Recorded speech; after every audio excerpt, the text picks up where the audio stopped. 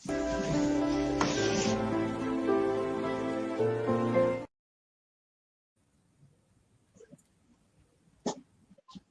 सौर्यम अनुसंधान संस्थान वाराणसी के तत्वाधान में आज ई कॉन्फ्रेंस का चौथा दिन है। आज हमारे बीच संचालन के लिए डॉक्टर विमलेंदु त्रिपाठी जो संस्कृत प्रवक्ता हैं, हमारे अनन्य मित्र हैं, परम मित्र हैं।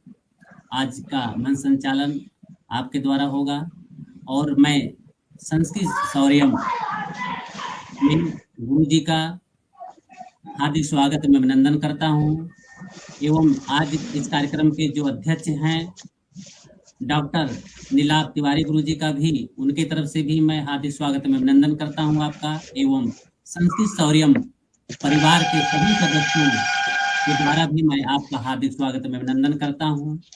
आइए विमलेंदु सर आज का मंच संचालन करेंगे। हम विमलेंदु को देते हैं, आप मंच का संचालन करेंगे। धन्यवाद।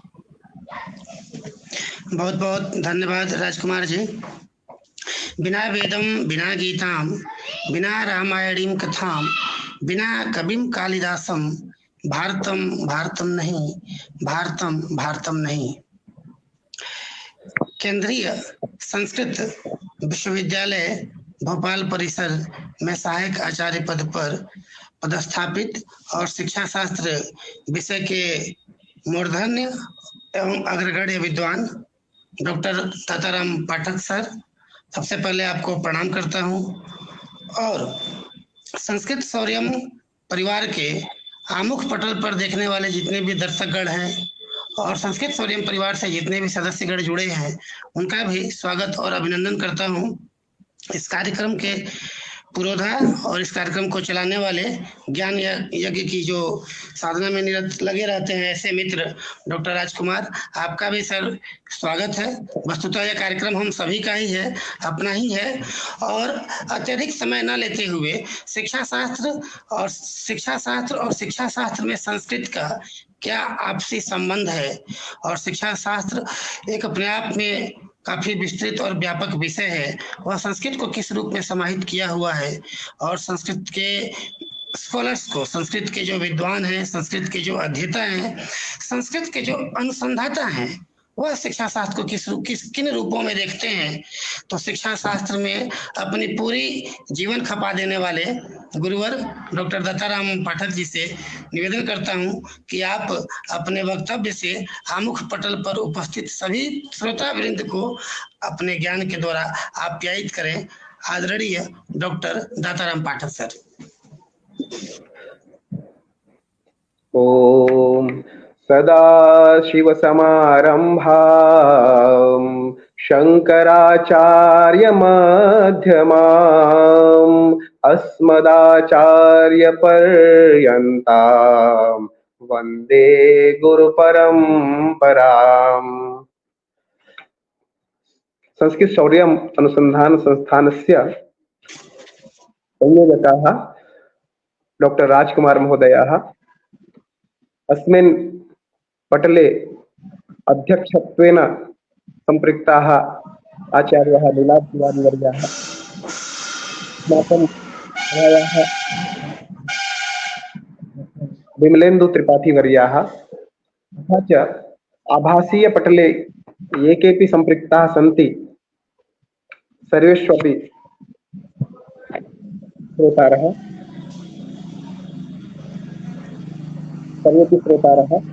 सर्वप्रथमं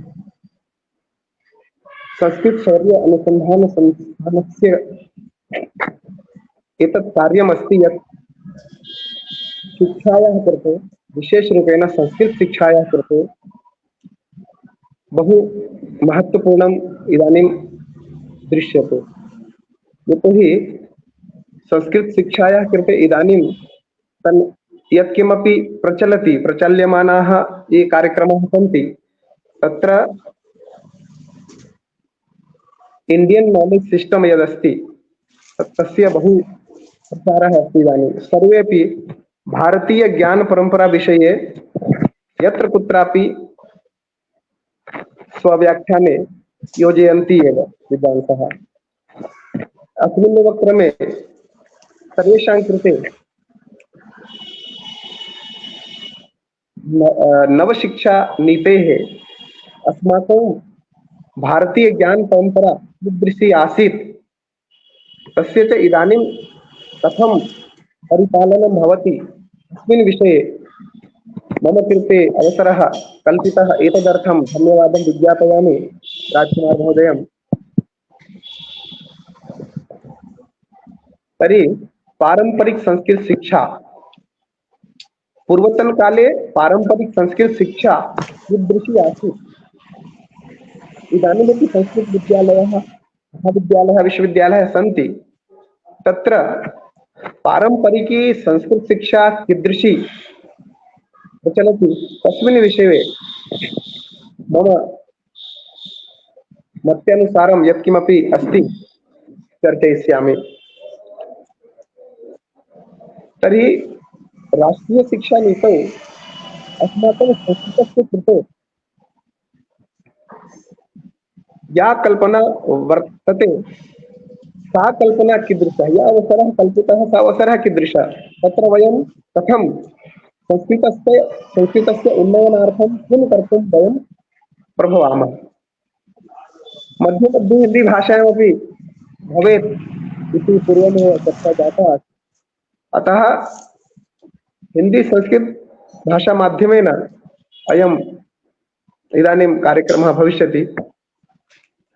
तर्हि अस्माकं परंपरायां किम् आसीत्, विशेषरूपेण शिक्षा जगति अस्माकं भारते या शिक्षणाधिगमप्रक्रिया प्रचलति स्म तत्र मुख्यरूपेण प्रमुखबिन्दवः के सन्ति। तर्हि सर्वप्रथमं शिक्षायाः यत् स्वरूपं वर्तते इदानीं ब्रुवन्त तत्र परिवर्तनम् अस्ति वा अभवत् वा।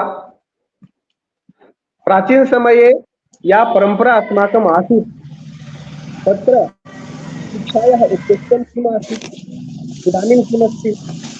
तत्र शिक्षायाः कृते यः पाठ्यक्रमः निर्धारितः वर्तते सः पाठ्यक्रमः कीदृशः आसीत्, छात्राः कथम् आसन्, अन्तेवासिनः, शिक्षकाः गुरवः कीदृशः आसन्, पाठ्यक्रमस्य शिक्षणविधयः कथम् आसीत्, मूल्याङ्कन प्रक्रिया कीदृशी आसीत्, वातावरणं कीदृशम् आसीत्। एतस्मिन् विषये एव यत् मया पठितं तस्यैव उपस्थापनम् इदानीं कर्तुं कामये। तर्हि उद्देश्यं तु अस्त्येव सा विद्याया विमुक्ते एतदनुसारेण विद्या मोक्षकरी भवेत् इति कल्पना आसीत्। मोक्ष विद्या की जो कल्पना थी, विद्या और शिक्षा की व्यवस्था में जो उद्देश्य निर्धारित था उसमें ये कहा गया था विद्या वह हो जो हमें मोक्ष प्रदान करे, मुक्ति प्रदान करे। अब प्रश्न उठता है मोक्ष किससे मोक्ष, मुक्ति किससे मुक्ति। वहां पर हम सांख्य दर्शन का सहारा ले सकते हैं और त्रिविध ताप से मुक्ति ऐसा कह सकते हैं, तीनों प्रकार के तापों से मुक्ति। तो हमारी जो शिक्षा की व्यवस्था हो या हमारी ये परंपरा में शिक्षा की व्यवस्था थी उसमें त्रिविध तापों से मुक्ति की बात कही गई है। और त्रिविध ताप में आध्यात्मिक, आदि भौतिक और आदि दैवीय। आध्यात्मिक में शारीरिक और मानसिक, आदि भौतिक में भौतिक वस्तुओं से लगने वाले चोट, और तीसरा है आदि दैवीय यानी महामारी, अतिवृष्टि, अनावृष्टि, भूकंप इत्यादि। तो तीनों तरह के तापों से मुक्त होना ही त्रिविध ताप से मुक्ति कहलाती है। और ऐसी शिक्षा की व्यवस्था हमारी परंपरा में थी और उस तरह के पाठ्यक्रम भी बने थे। जैसे आध्यात्मिक ताप, अब उससे शारीरिक और मानसिक, आज का व्यक्ति शारीरिक और मानसिक ताप से ग्रस्त है तो उसके लिए पाठ्यक्रम में क्या ऐसा कुछ उपलब्ध है कि वो शारीरिक और मानसिक दोनों तरह के तापों से मुक्त हो। आज की परंपरा में शैक्षिक परंपरा में इसको लाने की आवश्यकता है, लेकिन बिखरा हुआ सा है। हमारे में समग्र रूप से एक स्थान पे होता था। छात्र को गुरु अपने हृदय में स्थान देता था और अंतेवासी उसकी संज्ञा होती थी, क्योंकि अंदर निवास करता था छात्र हृदय में गुरु के। तो गुरु समझते थे इसका सुख दुख क्या है, इसकी रुचि किधर है, इसमें प्रतिभा कैसी है और उसको किधर आगे बढ़ाना है।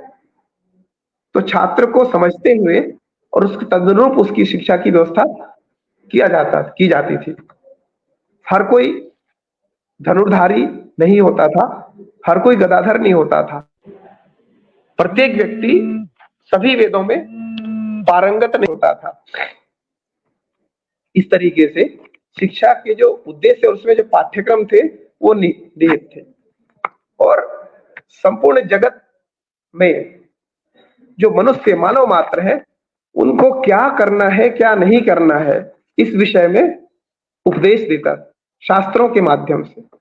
उसमें के लिए कहा भी गया है, प्रवृत्तिर्वा निवृत्तिर्वा नित्येन कृतकेन वा पुंसाम येनोपदिश्येत तच्छास्त्रम अभिधीयते। हमारे जो शास्त्र है वो मनुष्य मात्र को केवल कक्षा में पढ़ाने का काम नहीं करते थे, अपितु मानव मात्र को किस परिस्थिति में क्या आचरण करना है क्या नहीं करना है इसका उपदेश देते थे। क्या विधि है और क्या निषेध है, इन सब बातों को किया जाता था, बताया जाता था। इससे सभी मानव जो है अपने अपने कर्तव्य पथ पर अग्रसर होकर के अपने जीवन को सुचारू रूप से चलते थे। तो पाठ्यक्रम का जो स्वरूप है वो बहुत विस्तार में हुआ करता था। उसमें कहा भी गया है, अंगानि वेदाश्चत्वारो मीमांसा न्याय विस्तरः धर्मशास्त्रम पुराणम च विद्या हेता चतुर्दश। तो 14 विद्याओं में उसको सफल बनाना, उसको समर्थ बनाना, उसको दक्ष बनाना, जो जिस में रुचि रखता है उसको उसके आगे ले जाना, इस तरह से प्राचीन हमारी परंपरा रही है। अस्माकं शैक्षिक परंपरा आसीत्, भिन्ना भिन्ना परंपरा आसीत्, परंतु अस्माकं शैक्षिक परंपरायां 14 विद्यानाम् अध्ययनम् अध्यापनं गुरुकुलेषु भवति स्म। तर्हि चाहे वेद हो, ब्राह्मण हो, आरण्यक हो, उपनिषद हो, सरलीकरण की प्रक्रिया अगर हमें समझने में कठिनाई हो रही है तो उसको भाष्य के माध्यम से, टीका के माध्यम से कर करके उसको और सरल करके समझाने की प्रक्रिया थी। आजकल आधुनिक समय में सुकरात को प्रश्नोत्तर विधि का जनक है ऐसा करके पढ़ाया जाता है सामान्य विश्वविद्यालयों के बीएड में।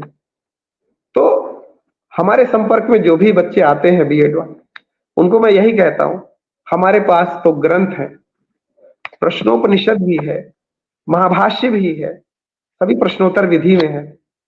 और गीता में जहां सभी तलवार लेकर खड़े थे, ऐसे वातावरण में भगवान श्री कृष्ण अर्जुन को अधिगम करा देते हैं गीता का ज्ञान का, वो भी प्रश्नोत्तर शैली में ही है। तो प्रश्नोत्तर जो शैली है पढ़ने पढ़ाने का, शिक्षण की जो विधि प्रविधियां हैं, उसमें भारत बहुत आगे, पहले भी था और अभी भी है। आवश्यकता है उस बात की कि हम कैसे उसको पुनः स्थापित करें, पुनः संगठित करें, और इसको संगठित करने के लिए, पुनर्बलित करने के लिए हमें योजनाबद्ध तरीके से कार्य करना पड़ेगा। जैसे कि अभी आप संस्कृत शौर्यम के माध्यम से, विश्वविद्यालय अपने माध्यम से, अन्य संस्थाएं अपने माध्यम से इस काम को कर रहे हैं। ये बहुत ही प्रशंसनीय कार्य है कि किसी न किसी तरीके से, कोई स्वार्थ नहीं है। राजकुमार जी का क्या स्वार्थ है इसमें? अनुसंधान संस्थान है संस्कृत शौर्यम नाम से, ये क्या काम कर रहा है? संस्कृत के उन्नयन के लिए कार्य कर रहा है और संस्कृत के संवर्धन के लिए कार्य कर रहा है। इसको सुनने वाले श्रोतागण जो कुछ भी अगर थोड़ा भी लाभ लेंगे तो उसमें उनका ही लाभ होगा, संस्कृत का कुछ लाभ नहीं होगा। शिक्षा का उद्देश्य नहीं होता है, वस्तुतः मनुष्य का उद्देश्य होता है। उद्देश्य का निर्धारण मनुष्य करता है, अपने महत्वाकांक्षा के स्तर के हिसाब से उद्देश्य का निर्धारण करता है। शिक्षा सहायिका होती है। अपनी जो परंपरा है, टॉप लेवल की जो एक विद्या है, हमारे यहाँ परा और अपरा दोनों तरह की विद्याओं की अनिवार्यता सिद्ध की गई है। हमारे यहाँ अनुचान की परंपरा है, श्रेष्ठ परंपरा है, ज्ञान को प्राप्त करने की श्रेष्ठ परंपरा है। तो परा और अपरा दोनों की आवश्यकता है, विद्या और अविद्या दोनों की आवश्यकता है, अविद्यया मृत्युम तीर्त्वा विद्यया अमृतम अश्नुते। अविद्या का तात्पर्य है जितने भी सांसारिक, चाहे वो इंजीनियरिंग की पढ़ाई हो, चाहे विधिक की पढ़ाई हो, प्रबंधन की पढ़ाई हो, शिक्षक की पढ़ाई हो, कुछ भी ज्ञान प्राप्त कर रहे हैं हम, वो सब अविद्या, और उसकी बहुत बड़ी आवश्यकता है भौतिक युग में, उसकी भी आवश्यकता है और उसके साथ साथ विद्या की भी आवश्यकता है। और विद्या 14 प्रकार के भी बताए गए हैं, 18 प्रकार के भी बताए गए हैं। इस तरह से प्राचीन काल में हमारी एक परंपरा थी और परंपरा में पाठ्यक्रम निर्धारित हुआ करते थे। हम आज अपने अगर विद्यालय की बात करें तो उसमें संस्कृत गुरुकुल भी कार्य कर रहे हैं। इसमें सामान्य विद्यालयों में संस्कृत लघु स्वरूप पढ़ाया जा रहा है संस्कृत का, जिसमें छोटा छोटा व्याकरण, संधि, समास, कारक, प्रत्यय सब इत्यादि पढ़ाए जाते हैं। अन्य आधुनिक विषय भी, आधुनिक न कहें तो ज्यादा उचित रहेगा, हमारे यहाँ हमें इस बात का बड़ा खेद होता है कि प्राचीन गुरुकुलों में उन सभी विषयों का अध्यापन होता था जिसको हम आज आधुनिक कह करके संस्कृत विद्यालयों से दूर कर दिए हैं। क्यों? सैन्य शिक्षा की पढ़ाई नहीं होती थी, आयुर्वेद की पढ़ाई नहीं होती थी, विज्ञान की पढ़ाई नहीं होती थी, अर्थशास्त्र की पढ़ाई नहीं होती थी, इंजीनियरिंग की पढ़ाई, सभी पढ़ाई होती है। हमारे यहाँ गुरुकुल परंपरा में प्राचीन संस्कृत की जो बात करें तो संस्कृत तो मातृभाषा थी सभी की, और मातृभाषा में सब शिक्षा का आदान प्रदान हुआ करता था। अभी हमारे पास क्या हो गया है, भाषा एक बैरियर के रूप में आ गई है। पहले अंग्रेजी पढ़िए और अंग्रेजी पढ़ने के बाद आप ज्ञान प्राप्त करिए, विद्या प्राप्त करिए, तो इससे बच्चों की जो स्पीड है, गति है ज्ञान प्राप्त करने की, वो स्लो हो गई है। तो यहाँ पर हमें प्राचीन परंपरा का अनुसरण करते हुए मातृभाषा में शिक्षा प्रदान करना है। यही तो एनईपी 2020 कहती है। तो इस तरीके से जो प्राचीन भारतीय ज्ञान की जो परंपरा है उसको आगे लाने के लिए अभी भारत सरकार और भारत के शिक्षाविद और हम आप जैसे जितने भी संस्कृत प्रेमी छात्र हैं वो सब इसको बड़ी तन्मयता से आगे लाने का प्रयास कर रहे हैं। लेकिन हमें उन विषयों में कुछ आवश्यक वस्तु देखना पड़ेगा कि किस किस बिंदुओं में उसको हम आगे ला सकते हैं। अब कोई प्रश्न करेगा हम पुरानी बातें कर रहे हैं। पुरानी बातें, अगर कोई ये कहता है कि भारत एक आध्यात्मिक देश रहा है तो वह सबसे बड़ा भारत का हानि करने वाला व्यक्ति है, मेरा ये कहना है। कैसे? तो भारत केवल आध्यात्मिक शिखर पर नहीं था अपितु विज्ञान के शिखर पर भी था। उसके पास अभियांत्रिकी विद्या भी टॉप लेवल पे थी, उच्च स्तर पर थी, उच्चतम स्तर पर थी। और विज्ञान निकला कहां से है? जब आप 25 तत्वों की बात करते हैं सांख्य में, प्रकृति पुरुष के बाद जितनी भी विकृतियां आई हैं, प्रकृति की जितनी भी विकृतियां आई हैं, उन विकृतियों में बुद्धि, अहंकार और उसके पश्चात 5 ज्ञानेंद्रियां, 5 कर्मेंद्रियां, मन और इसके ऊपर तन्मात्राएं, पंचमहाभूत, ये सब 25 तत्व आज की डेट में अलग अलग धारा में अपने अपने विषय के रूप में स्थापित हो चुकी हैं। ज्ञान की धारा अलग अलग बह चुकी है और ये विषय, सभी विषय जितने भी हो दर्शन से ही तो निकले हैं। हमारे यहाँ तो दर्शन है, एक एक दृष्टि है। ज्ञानम मनुज से तृतीय नेत्रम कहा गया है, तृतीय नेत्र की कल्पना है, पुरुषार्थ चतुष्टय की बात है और सब में विज्ञान निहित है। हमारे यहाँ ज्ञान सबसे निचले स्तर पर है, उसके ऊपर विज्ञान है, उसके ऊपर प्रज्ञान है। तो ज्ञान, विज्ञान, प्रज्ञान, हम प्रज्ञान स्तर पर कार्य करने वाले भारतीय लोग रहे हैं। हमारी वो परंपरा रही है, हमारी वो संस्कृति रही है और आज हम दुष्कृति में फंस चुके हैं। अपनी संस्कृति को भूल करके दुष्कृति के जाल में फंस चुके हैं। हमें आज आवश्यकता है उस अपनी प्राचीन परंपरा को पुनः स्थापित करने के लिए प्लानिंग, ऑर्गेनाइजिंग, लीडिंग और कंट्रोलिंग के साथ बजटिंग की योजनाबद्ध तरीके से काम करना, संगठनात्मक प्लानिंग, ऑर्गेनाइजिंग यानी संगठनात्मक तरीके से काम करना, लीड करना। जैसे कि राजकुमार जी एक पटल दिया, हम सभी को अवसर दे रहे हैं अपनी बात रखने के लिए। तो लीड करना, फिर कंट्रोल करना, नियंत्रण करना। अगर हमने एक समिति बनाई है इस कार्य को करने के लिए, प्राथमिक स्तर से लेकर के विश्वविद्यालय और विश्वविद्यालय से मंत्रालय स्तर तक जो भी भारत की शैक्षिक व्यवस्था, तो शिक्षा समवर्ती सूची में आ गई है। संविधान में 1976 के पश्चात इसको समवर्ती सूची में रखा गया। उससे पहले शिक्षा जो है राज्य सूची में आता था। तो शिक्षा को व्यवस्थापन करने का दायित्व अब दोनों को है, केंद्र सरकार को भी है और राज्य सरकार को भी है।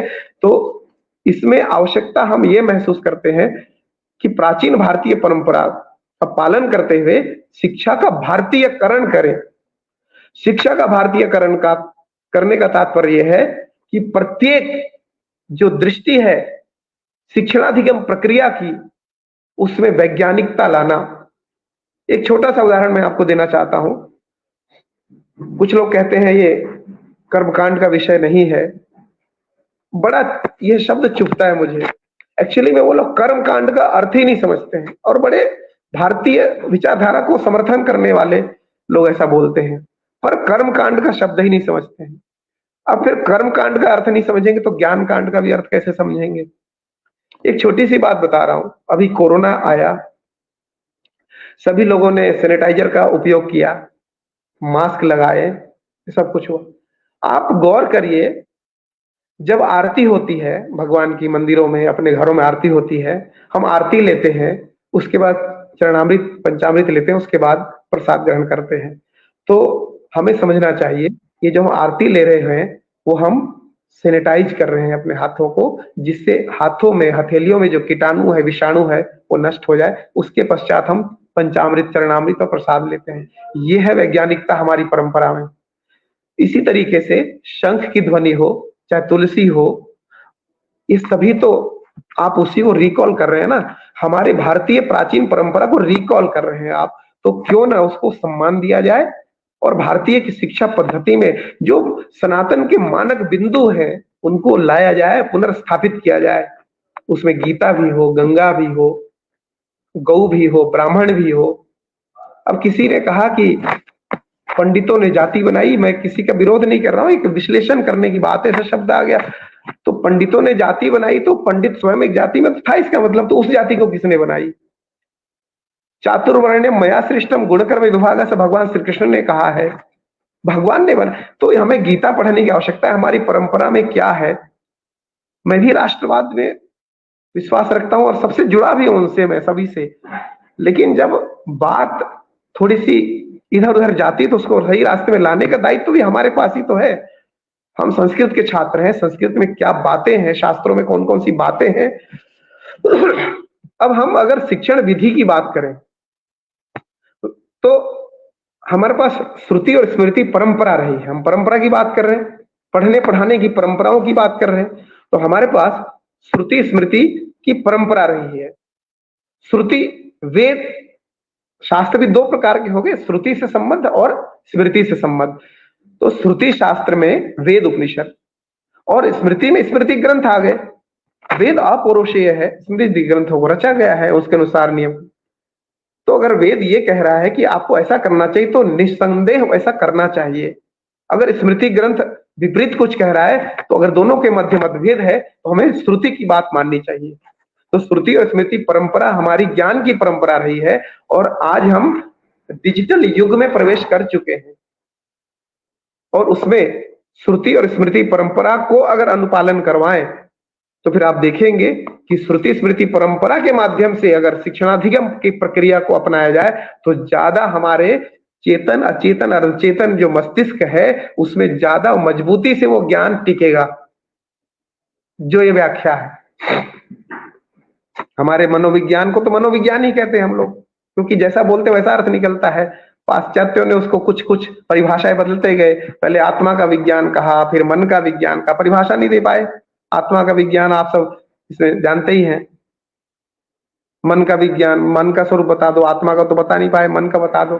फिर इस तरह से करके अब व्यवहार का विज्ञान, इस तरह से तो उनकी परिभाषा बदलती रही, हमारी परिभाषा नहीं बदलती रहती। तो हमारी जो हर एक उसकी परिभाषा है, शिक्षण विधियां हैं, वो सब हमारी स्थित है। जैसे जटामाला शिखा रेखा ध्वजो दंडो रथो घनः, ये जो अष्टो विकृत है प्रोक्ता कर्म पूर्व महर्षि भी, इसमें वेदों को पढ़ने पढ़ाने का तरीका है। 3 तरह की प्रकृति पाठ और 8 तरह की विकृति पाठ, ये वेदों को पढ़ने के तरीके हैं। अब बताइए अक्षरों का जो क्रम, वैज्ञानिक क्रम है, वो कैसे नष्ट हो जाएगा? श्रुति स्मृति परंपरा की बात हम कर रहे हैं। हम नए नए विधियां और ले आए आधुनिक समय में, उसका कोई विरोध नहीं है, किसी भी भाषा के विरोध नहीं है। लेकिन जब कोई ये कहता है कि संस्कृत मृत भाषा है और एक माइंडसेट बनाने के लिए, वातावरण बनाने के लिए ऐसा कहता है, तब हमें उत्तर देने के लिए हमें आगे आना चाहिए। हमें जितने भी भारतीय हैं, संस्कृत प्रेमी हैं, उनको आगे आना चाहिए और हम इस बात को समझें कि हमारी जो परंपरा में हमारी जो विद्याएं हैं उनके संरक्षण के लिए, संवर्धन के लिए, प्रचार प्रसार के लिए जिस तरह से सभी संगठन और अभी जिस पटल से हम जुड़े हुए हैं संस्कृत शौर्यम अनुसंधान संस्थान से राजकुमार जी के प्रयासों को सपोर्ट करना चाहिए और हमें इसको और आगे बढ़ाना चाहिए। ये अवसर है हमारे लिए कि हम किस तरह से संस्कृत को, अपनी परंपराओं को आगे बढ़ाएं, सनातन की जो मान बिंदु हैं उनको पुनः स्थापित करें इस तरीके से। अब एक विषय है कि जितने भी शास्त्र हैं उनमें जो गूढ़ तत्व हैं उनको कैसे समझें, इसके लिए भी हमारे पास सोपान दिए हुए हैं, जैसे कि उपक्रमोपसंहारो अभ्यासो अपूर्वता फलम अर्थवादोपपत्ति च लिंगम तात्पर्य निर्णय। दर्शन शास्त्र में यह है कि किस तरीके से वेदों के गूढ़ रहस्य को, मतलब शब्द से कुछ और प्रतीत हो रहा है, उसका गूढ़ अर्थ क्या है, इसको समझने के लिए हमें सोपान क्रम दिया गया, 6 प्रकार के तरीके बताए गए हैं जिससे हम जो उसका मूल तत्व है उसको समझ सकें। तो उपक्रमोपसंहारो अभ्यासो अपूर्वता फलम अर्थवादोपपत्ति च लिंगम तात्पर्य निर्णय। इसमें देखिए किसी भी तत्व को समझना है तो उपक्रम और उपसंहार, मतलब आरंभिक कथन और अंतिम जो सारांश कथन है वो सिमिलर है क्या, समान है क्या, इसको देखने से अगर पता लगे कि समान है, इसका मतलब हम सही रास्ते पे जा रहे हैं, हम जो अर्थ उसका निकाल रहे हैं वो सही है। उपक्रम उपसंहारो अभ्यासो, और अभ्यास उसका रिवीजन। अगर हम कोई भी, जैसे वाद विवाद प्रतियोगिता में ही कोई भाग ले रहा है तो अपनी बात को पुष्ट करने के लिए उसको बार बार, है ना, अभ्यास। और अपूर्वता यानी कुछ नवीनता, पहले ऐसा ना हो, ऐसा उदाहरण के साथ में अगर हम उसको समझें, समझाएं, ग्रंथ लेखन में भी उपयोग करें, अनुबंध चतुष्टय में उसका उपयोग करें, तो फिर वो हमारे लिए एक मानक प्रतीत होगा। इस तरह से अर्थ को स्पष्ट करने के लिए हमारे पास ये सोपान दिए गए हैं। और एक और इसमें है कि शिक्षा की जो पारंपरिक हमारी व्यवस्था रही है उसमें एक और जो फोकस करने वाला विषय है वो ये है कि ये नैषधीय चरित्र में कहा गया है, ये हमारी परंपरा का वर्णन, तो उसको मैं उद्धृत करना चाहता हूँ। अधीत बोधाचरण प्रचारणैर दशा चतस्रः प्रणयन्नुपाधिभिः चतुर्दशत्वं कृतवान कुतः स्वयं नवेद्य विद्या सुचतुर्दश स्वयं। नैषधीय चरित्र में हर्ष ने कहा है कि अधीत, बोध, आचरण और प्रचारण, ये 4 स्टेज बताए गए हैं। पहले स्वयं पढ़िए, फिर उसके बाद आचरण करिए, है ना, पहले पढ़िए, उसके बाद बोध है ना समझिए, फिर उसको अपने जीवन में उतारिए, उसके बाद प्रचार करिए। ऐसा नहीं कि हाँ भागवत कैसे करते हैं, हिंदी में उसका अर्थ पढ़ा उसके बाद प्रचार करने लग गए, यानी कि आचरण में भी उतारना है। सत्यम वद तो सत्यम वद, ये नहीं कि केवल उपदेश। तो इस तरीके से वेदाभ्यास भी 5 प्रकार के बताएगा, अध्ययन, विचार, अभ्यास, जप और अध्यापन, इस तरीके से कहा गया है। और हमारे यहाँ अगर कोई पूजा पाठ भी कर रहा है और वो कम पढ़ा लिखा भी है तो धर्म की जय बोलता है, अधर्म का नाश हो बोलता है। ये सामान्य, अगर 8वीं 9वीं फेल अगर पुरोहित भी पूजा पाठ करा रहा है तो बहुत उच्च स्तर की बात कर रहा है, आवश्यकता उसको समझने की, धर्म की जय हो। तो इसका अर्थ यह है जो मनुस्मृति में धर्म के 10 लक्षण बताए गए हैं उस धर्म की बात की जा रही है, जिसमें कहा गया है धृति क्षमा दमोस्तेयम शौचमिंद्रिय निग्रह धीर विद्या सत्यम क्रोधो दशकम धर्म लक्षणम। और भी लक्षण बताए गए हैं अनेक स्थानों पे अलग अलग तरीके से। तो धृति यानी किसी भी सिचुएशन में अगर आप धैर्य रखते हैं, आप धैर्यवान हैं, आप धार्मिक हैं। यहाँ पर पंथ की बात नहीं, धर्म की बात की जा रही, जो कि एक ही होता है। तो हमारी जो परंपरा में धर्म की जो परिभाषा है वो ये है, हिंदू, मुस्लिम, सिख, ईसाई नहीं, वो पंथ है, वो रास्ते हैं, उसके माध्यम से आप ईश्वर की प्राप्ति कर सकते हैं। पर हमारी जो शिक्षा व्यवस्था में धर्म की बात करते हैं अगर, तो उसको धारण करने वाली जो अवधारणा है वो है इसमें क्षमा, दूसरा शब्द है क्षमा, धृति क्षमा, दम, इंद्रियों का दमन, धृति क्षमा दमोस्ते अस्ते, चोरी नहीं करना, किसी भी प्रकार की बौद्धिक, आजकल बौद्धिक चोरी भी हो रही है, केवल धन चोरी नहीं, जैसे कहीं से पेन ले लिया कहीं कुछ, ऐसा नहीं, बौद्धिक चोरी है, कटपेस्ट का भी चक्कर चल रहा है, ये भी आजकल उसमें आ जाएगा। किसी का पासवर्ड चोरी हैक कर लिया हैकर, वो भी चोरी आ रहा है। सभी तो चोरी करने के तरीके बदल रहे हैं, संस्कृतियां बदल रही हैं, दुष्कृतियों में भी बदलाव आ रहे हैं, नवाचार हो रहा है, दुष्कृतियों में भी नवाचार। अब शब्दों की भी चोरी। सारे अनुसंधान तो हमारे यहाँ से ग्रंथ चोरी करने के बाद ही अंग्रेज किए। जब यहाँ से लाइब्रेरी जला दी गई और उससे पहले अंग्रेजों ने भी खूब यहाँ से ग्रंथ अपने यहाँ ले गए और वहां से अनुवाद करा करके सारे अनुसंधान उसके बाद ही शुरू हो गए जब भारत स्वतंत्र हुआ। जब 3 कहना नहीं आया तो 3 कह रहे हैं, चलो ठीक है, कह तो रहे हैं। हला शकुंतले, अभिज्ञान शकुंतला में हला शकुंतले आता है, आप हलो कह रहे हैं, कोई बात नहीं। हम तो ये कह रहे हैं कि दोस्त जो शब्द है, दोस्त, उर्दू फारसी में दोस्त बोलते हैं, वो भी द्वौस्तः है, क्योंकि दोस्त 2 ही होते हैं, द्वौस्तः दोस्त। इस तरह से अनेकानेक शब्द हैं जो हमारी संस्कृति, चाहे भाषाई रूप से आप देख लें, चाहे वैज्ञानिक दृष्टिकोण से देख लें, दार्शनिक दृष्टि से कौन, आज कितना भी आप आदर्शवाद, प्रकृतिवाद, प्रयोजनवाद कर लें, पर आप अगर श्रद्धा शब्द की अंग्रेजी बता दो, संस्कार शब्द की अंग्रेजी बता दो, आप नहीं बता पाएंगे, क्योंकि आपका कॉन्सेप्ट वहां तक गया ही नहीं है, वहां तक पहुंचा ही नहीं। 2500 वर्ष पहले तो आप परिवार का कॉन्सेप्ट जानते ही नहीं थे, परिवार क्या होता है। पाश्चात्य बात कर रहा हूं, जो कि अभी हमारी परंपरा को चैलेंज करने वाले लोगों को ये जवाब है कि आप पहले मैक्स मूलर को मोक्ष मूलर कहना बंद करिए। मैक्स मूलर है, पैसे लेकर के उसने ट्रांसलेशन किया और उसने अपने अनुरूप पहले कुछ समझा, बाद में कुछ समझा। तो भारत को समझना है तो भारत की दृष्टि से समझिए, अंग्रेज आपको नहीं समझाया, नहीं तो फिर आप नहीं समझ पाएंगे। तो सबसे जो इंपॉर्टेंट महत्वपूर्ण बात है वो ये है कि जो अपनी जो भारतीय परंपरा है और उसमें विशेष रूप से ज्ञान की परंपरा है, उसको हम प्रमाता, प्रमेय, प्रमिति की दृष्टि से देखें तो अधिक समझ में, यथार्थ ज्ञान दर्शन की दृष्टि से अगर करें तो। अब एक उदाहरण है, शैक्षिक परंपरा की बात कर रहे हैं, प्रमाण है, प्रमाण में भी प्रत्यक्ष प्रमाण सबसे पहला प्रमाण, उसको ले लेते हैं। तो जो छोटे छोटे बच्चे हैं उनको किस तरीके से पढ़ाई हो, उनकी शिक्षण विधि कौन सी हो, उनके टीचिंग मेथड्स कौन सा हो, तो दर्शन ये कहता है, हमारा भारतीय दर्शन प्रत्यक्ष प्रमाण, दिखा दिखा कर पढ़े। लेखनी हस्ते लेखनी अस्ति, दिखा दिखा के पढ़ाई कुछ भी।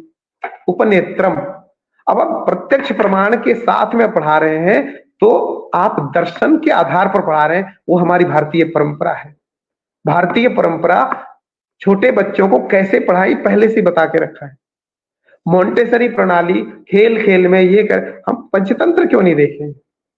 तो इस तरीके से हमारे पास जो भारतीय परंपरा में जो ज्ञान की परंपरा है, उसको पढ़ने का, पढ़ाने का, शिक्षण विधियों का, पाठ्यक्रम का, अनुशासन का, मूल्यांकन का, वातावरण का, सभी के पास पर्याप्त ऐसे उपक्रम हैं जिनको हम शास्त्रों से बहुत अच्छे से समझ सकते हैं। और इसमें अधिक मुझे कुछ नहीं कहना है, लेकिन इसमें जो भारतीय ज्ञान की परंपरा में जो मुख्य तत्व है उसको इसमें फोकस करना है। जैसे आश्रम व्यवस्था, अब पुरुषार्थ चतुष्टय, हम टाइम टेबल बनाते हैं, जैसे क्लास का टाइम टेबल बनाते हैं। हमारे ऋषि मुनि तो पूरे जीवन का टाइम टेबल बनाते थे, 25-25-25-25 ऐसे करके, ब्रह्मचर्य आश्रम, गृहस्थ आश्रम, वानप्रस्थ संन्यास, ऐसे करके ये है हमारा जीवनचर्या, दिनचर्या, जीवनचर्या।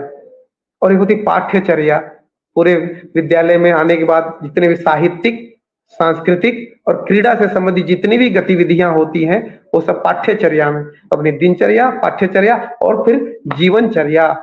जीवनचर्या में सब कुछ, पुरुषार्थ चतुष्टय में सब कुछ आता है, इसके आगे कुछ नहीं है। इस तरीके से हम जो हमारी पद्धति है, अपने जीवन जीने की पद्धति है, वो हमारी परंपरा में है, उसको हम जरूर उसको अनुसरण करें तो इसमें बहुत कुछ हमें अच्छा हो सकता है, हमारा जीवन में अभ्युदय हो सकता है, अपने राष्ट्र के लिए हम कुछ कर सकते हैं, अपने भाषा के लिए आगे कुछ कर सकते हैं। हमारी जो वैज्ञानिक पद्धति है, वर्ण को ही अगर आप देखें, वर्णों को संयोजन करने के तरीके को अगर देखें आप, तो देखिए आई और ये ओ ऐसा करके एक लाइन में सब स्वर रख दिया, फिर सारे व्यंजन रख दिए और दूसरी भाषा में व्यंजनों को कभी स्वर को कभी उल्टा-पुल्टा, तो वैज्ञानिक क्रम है।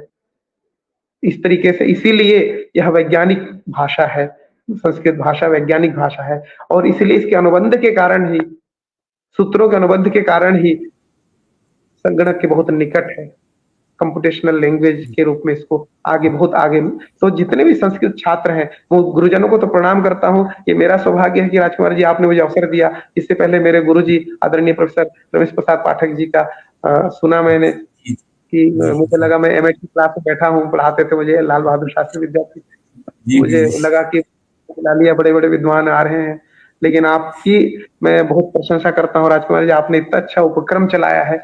आप अच्छे-अच्छे विद्वानों को जोड़ रहे हैं और इनका जो ये उपदेश है, इनका जो व्याख्यान है, इनकी जो अवधारणाएं हैं, वो जीवंत रहेगी और सभी इसका लाभ लेंगे।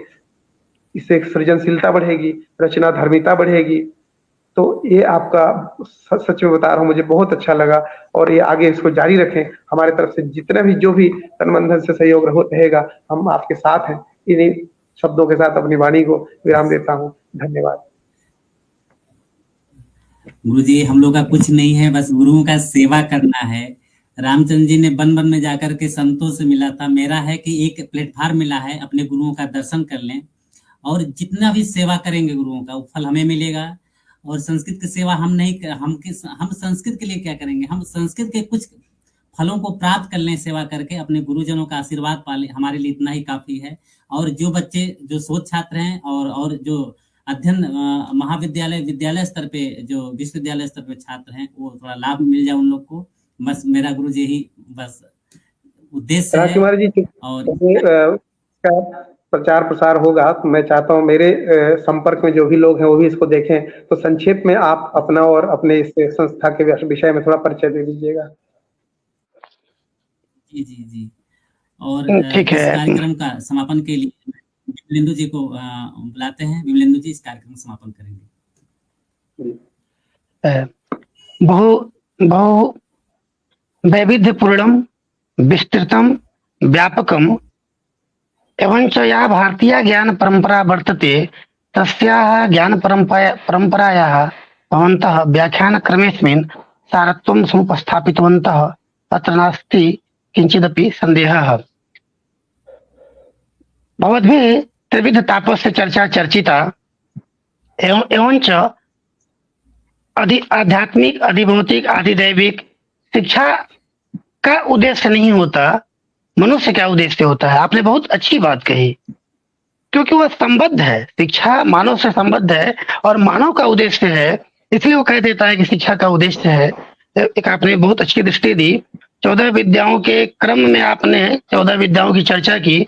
काव्य मीमांसाकार राजशेखर कहते भी हैं चतुर्दश विद्या स्थानानन अपने तृतीय अधिकरण में।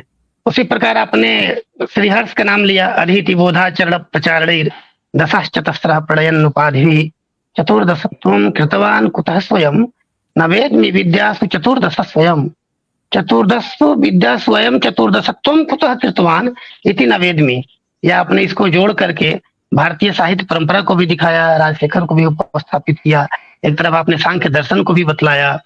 दोस्त इति दोस्त की व्याख्या के क्रम में आपने बहुत अच्छी आपने ये व्याख्या करी। सर हमें तो बहुत अच्छा लगा।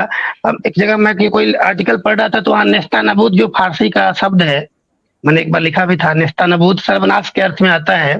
तो न अस्ति न आसित, वही उसी से नेस्तानाबूद बन गया। इसी प्रकार आपने धर्म निरपेक्ष और पंथ निरपेक्ष की बात करी। वस्तुतः मानव धर्म से निरपेक्ष तो हो ही नहीं सकता है। तो ये भी ज्ञान, विज्ञान, प्रज्ञान, यानी मैं अब कम शब्दों में कहूँ तो आपने कुछ भी छोड़ा नहीं। मनोविज्ञान की बात में भी आपने बिल्कुल सही कहा कि आत्मा का विज्ञान, वही आत्मा का लक्षण ही। और या प्रत्यक्ष साधन के बारे में आप कह रहे थे, कड़ात खुद कहते हैं कि इंद्रियार्थ सन्निकर्ष जन्यम ज्ञानम प्रत्यक्षम। और आत्मा ज्ञानाधिकरणम, आत्मा ज्ञान का जो अधिकरण है आत्मा ही है। तो जब आत्मा पवित्र है तो ज्ञान भी पवित्र लेंगे, भोजन अगर पवित्र लेंगे तो विचार भी पवित्र आएंगे। कालिदास ने कहा ही है, आहार शुद्ध सत्व शुद्धि। मैं कुछ भी अपना नहीं कह रहा हूँ। मैंने आपके ये 40-45 मिनट के व्याख्यान के क्रम में जिन चीजों को सुना तो संचालक के नाते मुझे लगा कि नहीं, आपकी हर एक बातों को रखी जाए, ताकि जो हमारे आमुख पटल पर देखने वाले दर्शकगण हैं वह भी इससे लाभान्वित हो पाए और भारतीय ज्ञान परंपरा के साथ साथ संस्कृत वाङ्मय के विविधता को और व्यापकता को समझ पाए। तो बहुत ही रुचिकर, ज्ञानप्रद और मनोहारी और सहज और सरल, ये सारे शब्द आपके लिए सटीक बैठते हैं। ज्ञान आपका व्याख्यान रहा और मैं कार्यक्रम की समाप्ति से पूर्व आप ही के निवेदन पर संस्कृत शौर्यम के संचालक डॉक्टर अपने मित्र डॉक्टर राजकुमार जी से निवेदन करता हूं कि आप अपने संस्थान के बारे में और आज के व्याख्यान के बारे में बताएं। गुरुजी, संस्कृत के लेकर के अपने गुरुजनों को सेवा करने के लिए शास्त्र की जो परंपरा है धीरे धीरे समाप्त हो रही। हमने काशी हिंदू विश्वविद्यालय में और जो इलाहाबाद विश्वविद्यालय में जो हमारे परम आदरणीय परम पूज्य प्रोफेसर गिरिजा शंकर शास्त्री गुरुजी हैं, उन्होंने जब अध्ययन हम स्नातक परास्नातक में थे, उसी समय संतों के प्रति और अध्यात्म के प्रति मेरी बहुत लगाव था और बिना जाने ही हमें प्रोफेसर चंद्रमौली द्विवेदी गुरुजी ने, जिसके अंदर में हमने पीएचडी, हमारे जो निर्देशक थे, उन्होंने विषय बिना जाने ही दे दिया। तो हमने गुरुजी के पास गया था, गुरुजी बोले कि तुम्हें तो जो विषय चाहिए तो वही विषय मिल गया है संत पे रिसर्च करने के लिए। गुरुजी, हमने फिर वहां से रिसर्च करने के बाद जब निकला बाहर, फिर देखा तो शास्त्र की परंपरा। गुरुजी, इलाहाबाद विश्वविद्यालय से जब मैं आया था वाराणसी अध्ययन करने के लिए, जो इलाहाबाद विश्वविद्यालय में और विश्वविद्यालय में शास्त्र परंपरा नहीं थी, हमने बहुत गुरुजी एहसास हुआ कि हमारी जो पीढ़ी, नई पीढ़ी है, ये तो शास्त्र को धीरे धीरे भूलती जा रही है। और बीच में गुरुजी देखे हमने कि पूरा शास्त्र, हमने कोरोना काल में बहुत लोग कहे, बहुत से प्लेटफॉर्म चल रहे थे, लोग बोले कि देखिए हमेशा अखिल स्तर पे, पूरे भारत स्तर पे ऐसा कोई भी प्लेटफॉर्म नहीं है जो पूरे भारत को एक गुरुजी, जैसे तिरुपति है, साउथ है, तमिलनाडु है, हर क्षेत्र में संस्कृत के बड़े बड़े विद्वान हैं। गुरुजी, हम लोग दर्शन ही नहीं पा पाते थे। लोग इतनी तपस्या, इतनी साधना करते थे संस्कृत की, इतनी अच्छी अच्छी परंपराएं थी संस्कृत की। गुरुजी पूरे विस्मृत हो चुका था। हम उस परंपरा को लेकर के कि एक अखिल स्तर पे, पूरे भारत पे, राष्ट्र को लेकर के एक संस्कृत का ऐसा प्लेटफॉर्म हो जो संपूर्ण भारत के विश्वविद्यालय के जो हमारे तपस्वी गुरुजी लोग जो संस्कृत में तपस्या कर रहे हैं, उनकी साधना, उनकी वंदना पूरे हम भारत के हमारे जो युवा हैं उनके सामने आए और देखें कि संस्कृत में क्या साधना है। और यदि आप संस्कृत पढ़ लेते हैं तो दुनिया का ऐसा कोई भी विषय नहीं है जो आपको नहीं आता है, आपकी साधना चाहिए। तो यदि साधना है तो हर चीज प्राप्त है। इसके बाद शोध छात्र के रूप में गुरुजी हम लोग थे, बहुत से ऐसे विषय थे जो कि नहीं थे, जो आपने गुरुजी बोला कि कॉपी पेस्ट करके लोग कर लेते हैं। हमने गुरुजी फिर उसमें हमने जर्नल निकाला संस्कृत के क्षेत्र में अच्छा कार्य करने के लिए, शोध शौर्यम, ज्ञान शौर्यम, जो गुरुजी भी यूजीसी के क्षेत्र में भी हम लोग प्रयास कर रहे हैं हो जाए।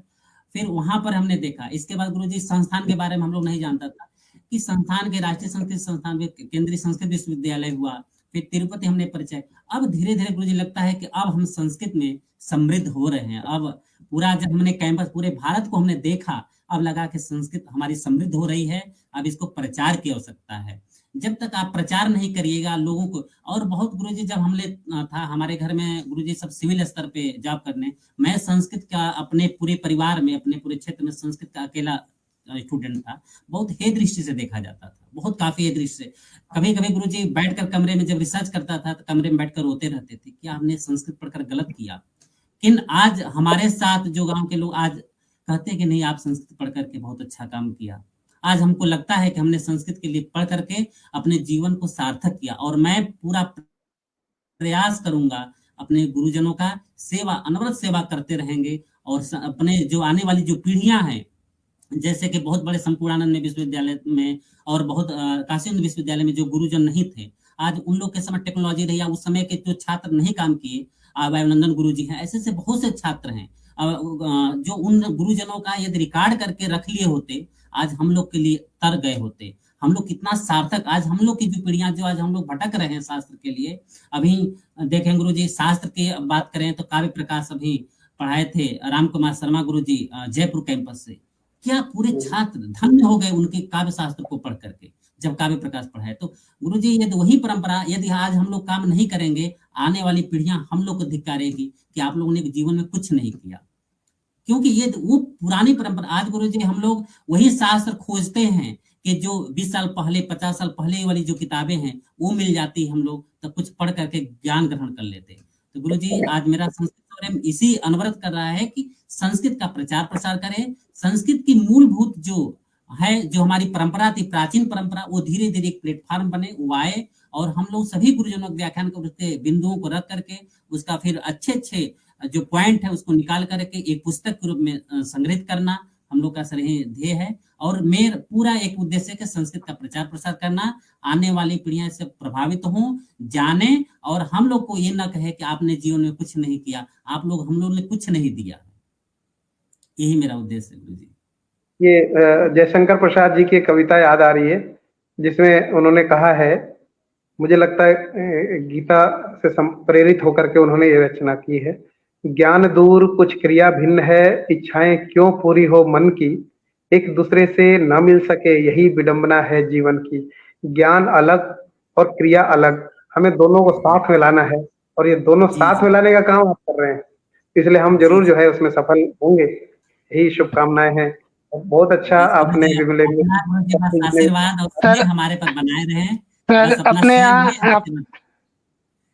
अपने यहाँ सर कहा भी है ज्ञानम भारः क्रियाम बिना, तो क्रिया तो बहुत अच्छा लगा। आज की संध्या ज्ञान के प्रति अभिमुख रही और राजकुमार जी ने सीमित शब्दों में अपने पूरे उद्देश्य को कहा ताकि और भी प्रचार प्रसार हो पाए संस्कृत फोरम का। संस्कृत फोरम भी अपना ही है, हम सबका ही है, सबका है। तो साथ में गुरुजी हम लोग साथ में रिसर्च किए हैं, साथ में सब काम किए हैं। ओके प्रणाम गुरुजी। 40